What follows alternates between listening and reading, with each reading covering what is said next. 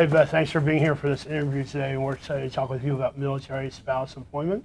Let's just start with talking about what you do here at Blue Star Families and your personal background and why you're so engaged on this topic. Sure. At Blue Star Families, I'm the Senior Advisor for Careers, which means I run our military spouse employment program. Okay. And it's kind of a twofold program. Part of it is we have career managers located across the country at our Blue Star chapter locations that they work directly with the spouse community there and the local employers there to connect military spouses to employers or resources to help them get job ready. And then the other part of it is developing our virtual platform called Spouse Force that allows military spouses to engage with our careers program regardless of if they're at a chapter location or not. And inside Spouse Force, we ask a lot of questions of military spouses around what they need to be successful, what they're interested in, kind of what skills they currently have, what skills do they wish they had. And we take all of that information to employment partners and policymakers to help inform them kind of the landscape around spouse employment. How many chapters are there across the country? So Blue Star Families is the largest chapter-based military nonprofit in the country, and we have just over 35 chapters, neighborhood chapters, and 10 of those are sponsored, meaning that we have funders that have provided funding to allow us to put paid staff on the ground there. Okay. And the other chapters right now are run by groups of volunteers. And so all across the country? All across the country, from DC to Hawaii. Okay. We even have virtual chapters overseas too. Okay, great. And you're a military spouse? Correct. So how long have you been a spouse, and what drove you to work here at Blue Star Families? So I've been active duty Army spouse since 2008, and I'm on right now literally in the middle of my 7th PCS in 10 years. And it's the very first time in 7 moves that I was able to maintain my job with Blue Star Families. Yeah. And so that's kind of what got me into spouse employment. Every time we had moved, I had kind of had to quit and start over. But prior to that, I was a mid-level executive at a Fortune 500. And I thought, well, they're a big international company. Clearly, I can move with them. And the answer was no, I couldn't. So I was getting really creative in my kind of job search and my career path. And when we moved overseas to Germany, I was forced to completely quit my job. Yeah. And that was the moment that I realized that military families shouldn't have to have this conversation. They shouldn't have to look at one another and say, okay, either you leave the service or I leave you. Yeah. Because that shouldn't be our reality, especially with technology and remote work and portability and international economy. So from Germany, I started working on spouse employment and then went directly over to South Korea and continued working on spouse employment. And then when we came back to DC, I was actually chatting with Blue Star Families to partner together and found myself in this position. Yeah. So I was happy to come on board to help work with such a great organization on something that I care so deeply about. Yeah, that sounds perfect. So what about Blue Star Families? We talked about it a little bit. What's the mission there for folks who aren't familiar with it, and what do you focus on? Sure. So the mission of Blue Star Families is to connect our military families into the communities in which they live. And we do this by providing opportunities for community engagement. So we partner with National Arts Foundation and National Parks Trust to get our families out in the community. We also do other things around those free museum passes and stuff. Yep. Right? Yeah, Blue Star Museums. Yeah. Yes. Yep. I get that. If you are a Blue Star family member, you have a free pass to, I think, 3,000 museums or something crazy around the country. But really, our intent is to get military families out and connected with their civilian communities, because our research tells us that military families feel increasingly misunderstood by our civilian counterparts, and therefore the divide between civilian and militaries is growing. And so we're working to bridge that gap by being able to get our families out in the communities, by being able to tell their story to folks that can help make decisions and help make an impact.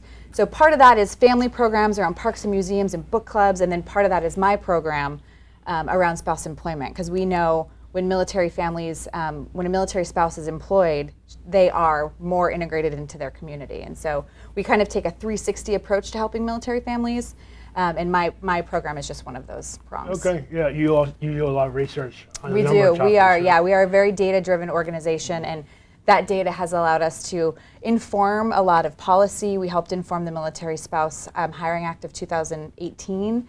What is that? That is the act that said, essentially the federal government needs to walk the talk. If they're going to talk about hiring military spouses, then they too need to hire military spouses. It also had DOD take each branch of service and say, hey, listen, spouse licensure is an issue. So each one of the branches was then obligated to put in place a reimbursement plan for up to $500 for a military spouse if they had to relicense due to a PCS. Okay. And a few other things too around military spouses. When they would move, they would get 2 years to be quote unquote priority placements within the federal government. And the Military Spouse Hiring Act of 2018 removed that timeline. So now you don't have to have PCS within 2 years. That hiring preference now. And that's a bill or that's a law? That's law. Okay, Yeah. so that's Yes. in place. Yes. But you're also working on some new legislation as well. Correct. We're the NDAA was just kind of marked up, I think, last week. Okay. And part of what we're working on there is introducing technology in a couple of ways. One, with the push for remote work and with DoD kind of providing certifications in remote work and kind of technology fields, we need to understand, can military installations stateside even accommodate that? What's the broadband access like?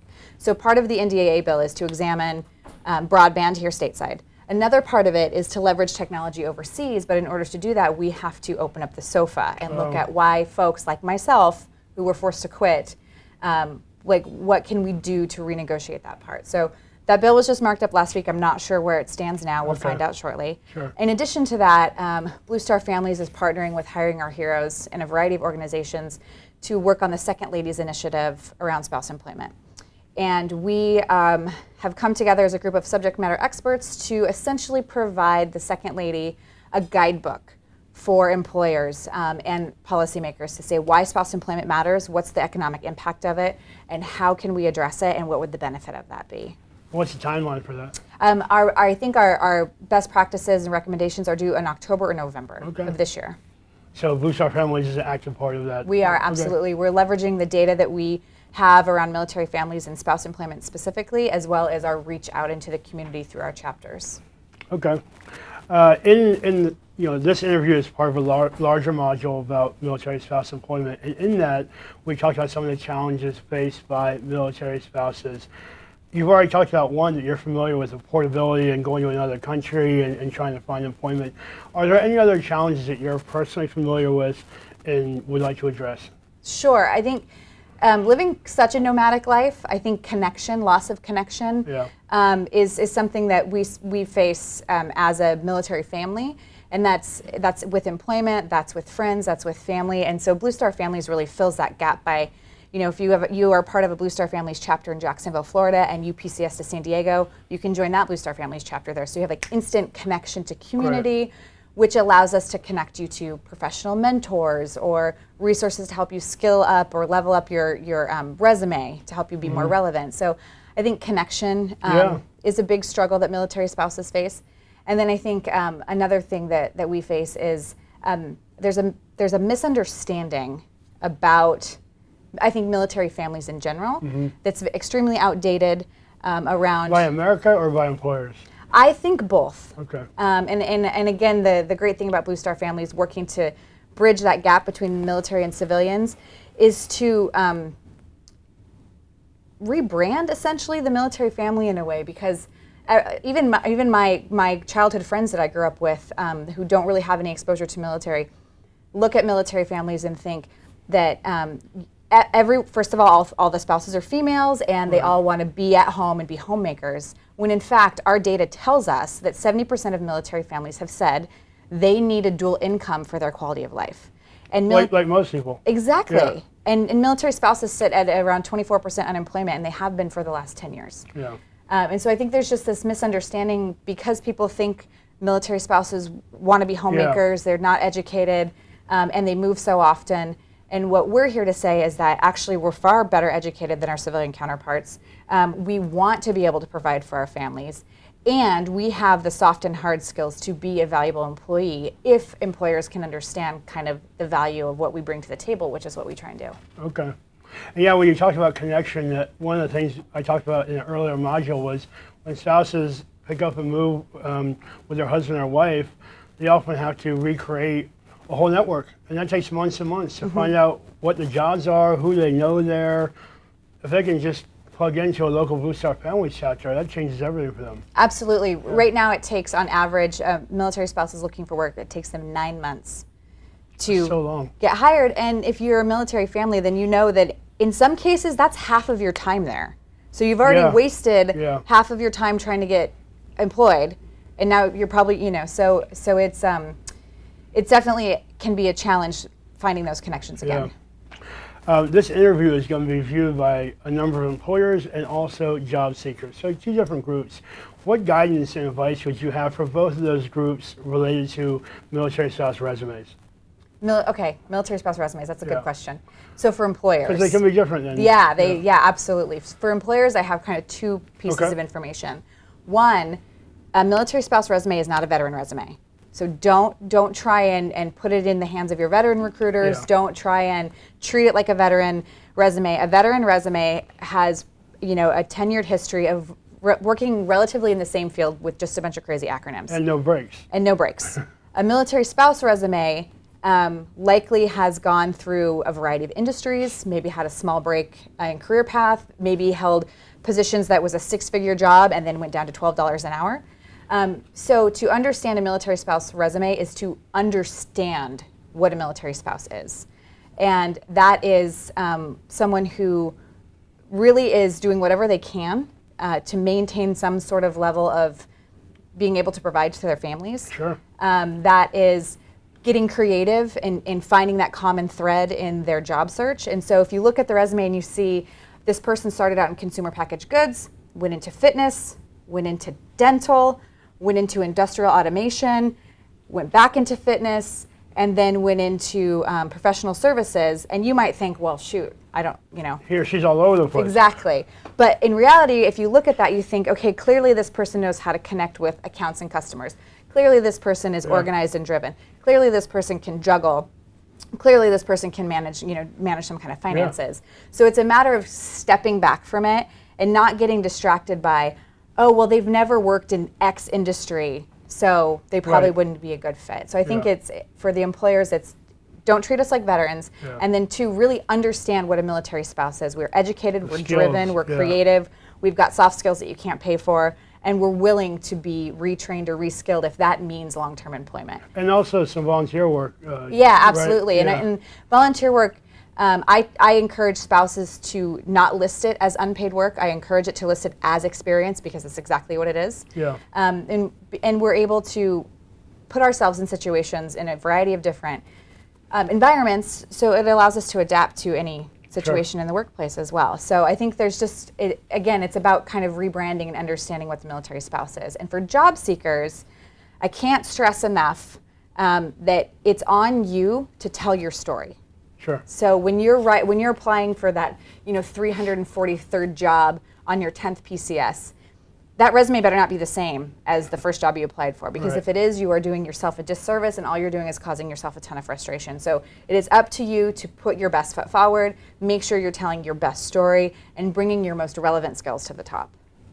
And your chapters, you work with spouses to help them do that, right? Yeah, absolutely. In our chapter locations, a lot of my career managers have really successful programs called coffee chats, and we partner with local military family Starbucks, and we bring in subject matter experts to talk about this exact thing, like how to answer the interview questions, how to rewrite your resume. We do mock interviews. We've actually had on-the-spot hiring fairs too at our coffee chats as well, either with that Starbucks directly or with small local businesses in the area. We invite them to coffee chats, and they say they're there for practice interviews, so everyone's not nervous, and then they'll hire on the spot. Yeah, that sounds great. Yeah. So I know you've already had some good success connecting with large companies that want to hire military spouses, large and medium and small, frankly. What are, if you want to talk about some of those companies that you're working with, but also what are those types of positions that they're hiring for? Sure. So the good thing about the spouse population is that we are as diverse as the employers that are looking to hire. So military spouses have been placed in HR executive assisting and sales. They've been placed in counseling, healthcare, and education. And then a lot of web development, IT support, IT admin, project management. And if you just think of those job titles, they literally fit That's in every across. industry across the country. Yeah. So when I speak with employers again about re-educating them about who military spouses are, what's the business case to hiring them, I'm able to turn to this database of so many diverse backgrounds and so much education Sure. and talent and security clearances and languages spoken, that we're able to kind of fit ourselves into every industry across the board. That's fantastic, and that's a really important thing for employers to know is whatever their business is, there are spouses who can help them. Absolutely. Yeah. And that is a challenge you mentioned, because if you're moving near a base, you said PCS, so permanent change of station, to a military base, a lot of them aren't in major metropolitan areas. Yeah, I can speak from personal experience. Yeah. I came from Washington, D.C. to Columbus, Georgia. Yeah. And a lot of people say, well, what's near Columbus? Atlanta's 2 hours away. Yeah. So it's just far. It's very, very, very far from everything. But Sure. again, because I'm working remotely with Blue Star Families, Yeah. this is the first time in 7 moves that I'm able to actually keep my Your job. job. Yeah. That's great. Well, this has all been very, very helpful information for the job seekers and employers. Have I asked you all the right questions? Is there anything I haven't touched on that you would like to share with the audience? No, I think I really appreciate the fact that you're kind of cueing in on what employers need to know versus what job seekers need to know, Yeah. and that you appreciate the difference between a veteran and a military spouse. I think that's employers have they have the right intentions. They're like, oh, we absolutely want to help this. We have a veteran recruiting Right. program, so we'll do this too. Two very different And, groups. and it's a hard conversation to have Yeah. when I say you can't do veteran and. You can't. We are absolutely not in the same bucket. Yeah. We've transitioned 8, 10, 12 times. This veteran is transitioning the one time. Yeah. We've worked in a variety of industries. This veteran has worked in one. We may have gaps in our resume. They don't. So you can't veteran and us. Sure. If you want to hire military spouses, you really need a thoughtful, targeted message directly to that population, and you will be rewarded by skilled and dedicated employees. Yeah, sounds good. And the website is bluestarfamilies.org, is that correct? BlueStarFamilies.org/spouseforce if you want to learn about careers. Okay, great. Thank you. This is Beth Conlon from Blue Star Families. I hope you all learned a lot, and we look forward to working closely with Beth going forward.